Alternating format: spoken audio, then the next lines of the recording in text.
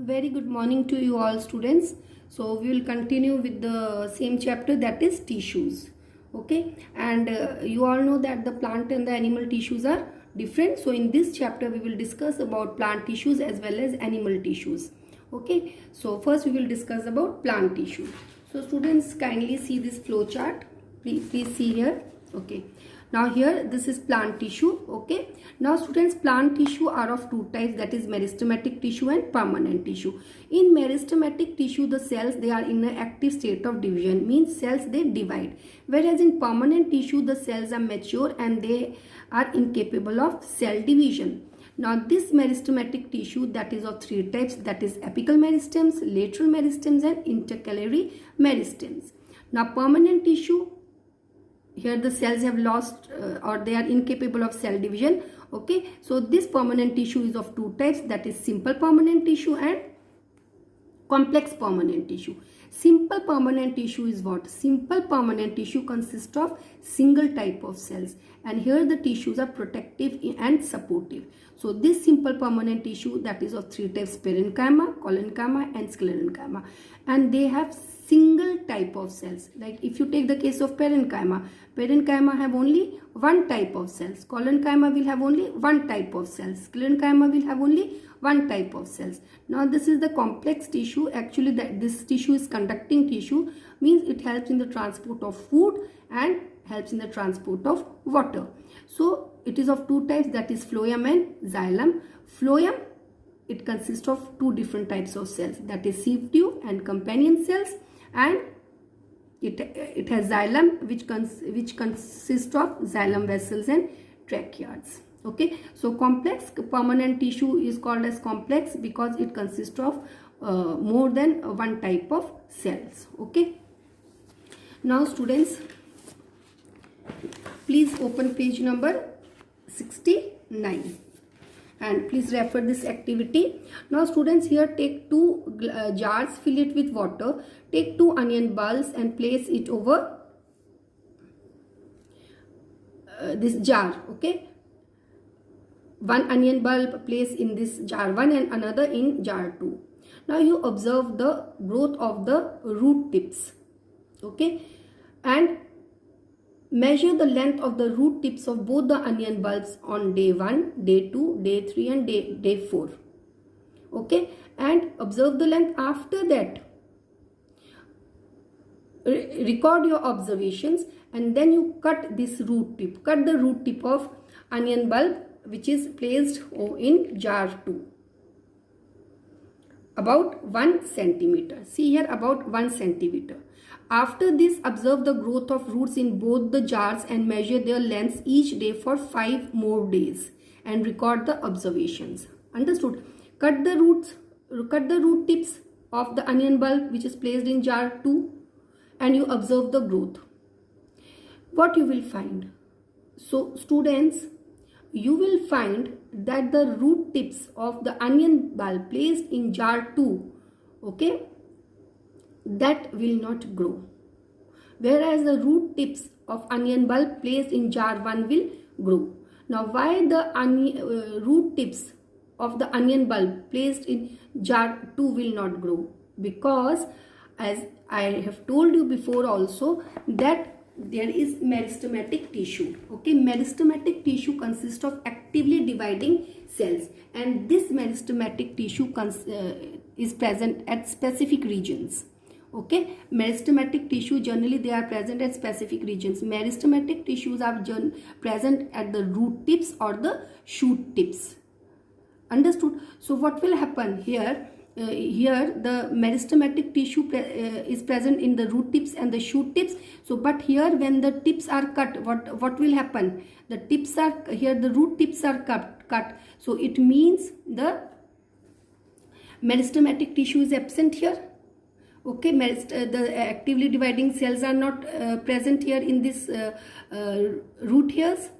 So what will happen? The growth will not take place here, because if the meristematic cells are not there, what will happen? The cells will not divide. There will be increase in number of cells will not be observed, and therefore growth will not be observed, because I have told you that meristematic cells, they divide, they redivide, resulting in the increase of number of cells, which brings the growth.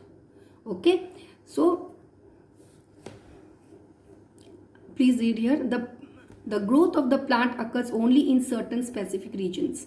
Okay, in whole of the plant the growth does not occur, it occurs at specific regions, and in those specific regions the meristematic tissue is present. Just remember one thing, students, meristematic tissue consists of actively dividing cells. So when the cells divide, the cells increase in number, and what happens, it results in growth. Okay, depending on the region where meristematic tissue are present, okay, the meristematic tissues are classified as apical meristems, lateral meristems, and intercalary meristems. Okay, now just see this diagram. Now students, here let us say this is shoot. Okay, now here you can see this is apical meristem. So here the meristematic tissue that is present at the tip of the root or the shoot. And what will happen here, if the meristematic tissue is present or apical meristems is present, what will happen? The cells will divide, they will redivide. What will happen? There will be increase in the number of cells, resulting in the growth. So here what will happen? Apical meristem, here the apical meristems is present at the tips of the root as well as the shoot. Okay, understood everyone? I hope it is clear to everyone now. Okay, now another type of meristematic meristematic tissue is lateral meristems, and this lateral meristems, okay, that increases the girth of stem or root. Okay, now what do you mean by increasing the girth of stem of root? You can see these lateral meristems. Okay, these lateral meristems, they are found beneath the bark. So you can see if this is bark, so this is the lateral meristem. So this lateral meristems, it increases the girth of shoot or the root, means the width. Understood? Then there is intercalary meristem. This intercalary meristem is seen, you see here, this intercalary meristem is seen in some plants, is located near the node. Okay, so apical meristems, just underline apical meristems here. Apical meristem is present at the growing tips of the stems and roots and increase the length of the stem. Lateral meristem increases the girth of the stem and root, and intercalary meristem is found near the node. Okay, now just let us study the characteristics of meristematic cells. Students, meristematic cells are very active.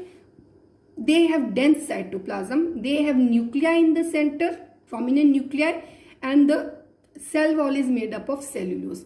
But students, here the cell wall is very thin and it lacks vacuoles. Underline this, it lacks vacuoles. Now please see this also, see this diagram. So these are the meristematic cells, you can see here. So this is the cell wall, this is the dense cytoplasm, and this is the nuclei. Okay, now we will discuss about permanent tissue. What is permanent tissue? Now students, these meristematic cells, they divide, they redivide and increase in number. So all the cells look same, they have same function. Understood? So what happens? Now just see here. See, suppose this is one cell, this cell will divide and it will form two cells. Again these two cells will divide and form two cells. Now these, it will divide. Can you see?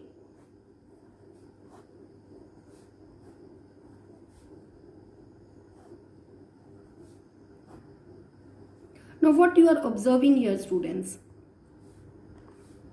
This is the rough diagram. Okay, now can you see here the number of cells are increasing? One cell divides to give two cells, they again divide to give more cells, which again redivide to give more cells. But students, suppose this is the young cell, this young cell divides to give two cells, but then what will happen? These cells will grow, it will mature and it will stop dividing.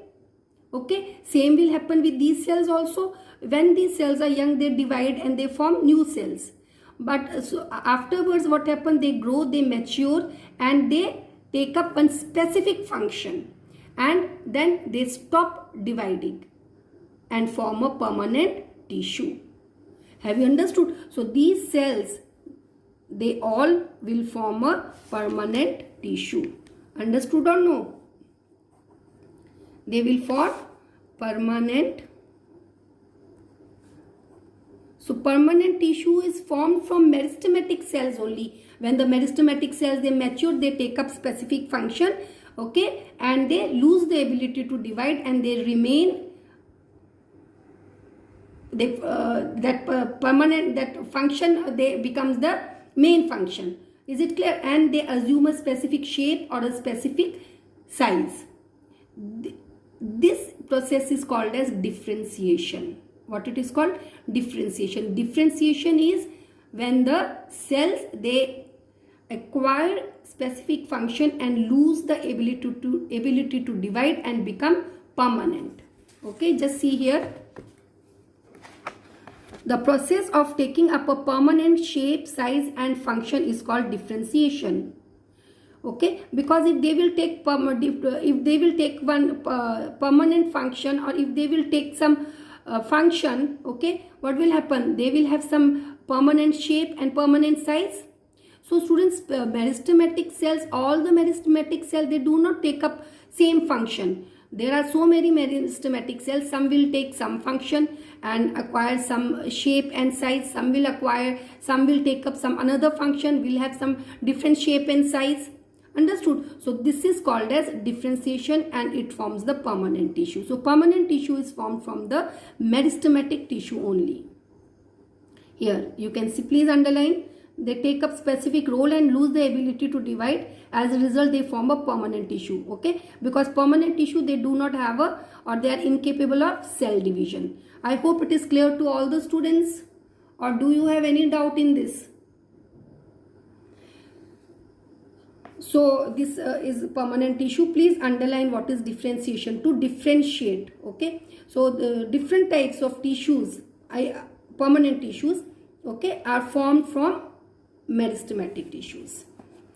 Now you saw in the flow chart that permanent tissue is of two types, that is simple permanent tissue and complex permanent tissue. And simple permanent tissue is again of three types, that is parenchyma, collenchyma and sclerenchyma. Understood? So in the next class we will discuss about simple permanent tissue. So just I will revise once. Plant tissue is divided, it is of two types, meristematic tissue and the permanent tissue. Meristematic tissue is of three types, apical meristems, lateral meristems and intercalary meristems. And permanent tissue is of two types, that is simple permanent tissue and complex permanent tissue. Now simple permanent tissue is of three types, that is parenchyma, collenchyma and sclerenchyma. And complex permanent tissues of two types, that is phloem and xylem. Okay, so students, if you have any doubt, please clarify your doubts during a doubt clarification session. And in the next class we will discuss about simple permanent tissue, and we will do some exercise questions. Okay, so please, and students, whatever is taught to you, just revise it. Okay, thank you students.